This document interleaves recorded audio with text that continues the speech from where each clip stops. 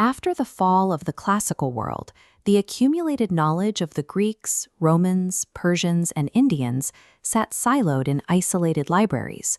Without central preservation, centuries of scientific and philosophical work were actively disintegrating. While Western Europe slipped into a decentralized feudal system, intellectual progress there stalled, leaving much of the continent in a state of local stagnation. In 750 CE, the rise of the Abbasid Caliphate shifted the region's focus.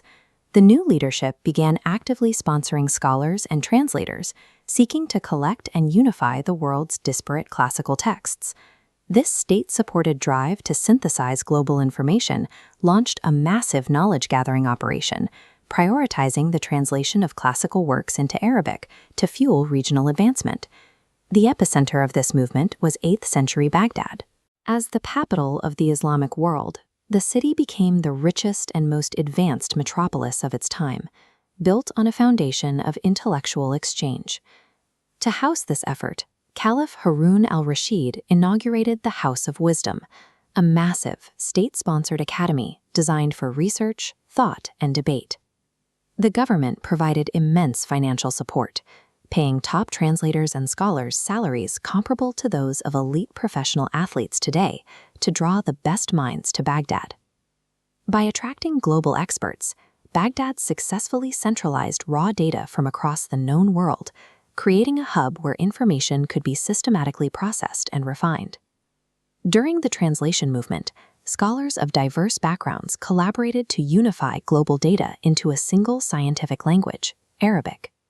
These researchers used the translated classical works as a baseline, actively stress-testing ancient theories and correcting established errors through new observations. In mathematics, al-Khwarizmi developed the foundations of algebra and introduced the Hindu-Arabic numeral system, replacing complex Roman numerals with the flexible structure we use for every calculation today. Medicine saw a similar shift.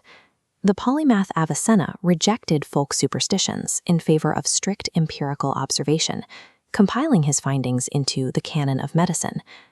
This empirical approach allowed for precise anatomical mapping. This diagram of the human eye, for instance, reflects a level of surgical and biological understanding that surpassed all previous imperial records. Systematic study led to the modern scientific method and the creation of Bimaristans, evidence-based hospitals where clinical practice and observation replaced unverified beliefs. Though modern assumptions often suggest women were excluded from this era's progress, historical evidence shows they were active participants in scholarship, science, and public life. In 859 CE, Fatima el-Fihri established the Al-Qarawiyyin Mosque and University in Fez, Morocco.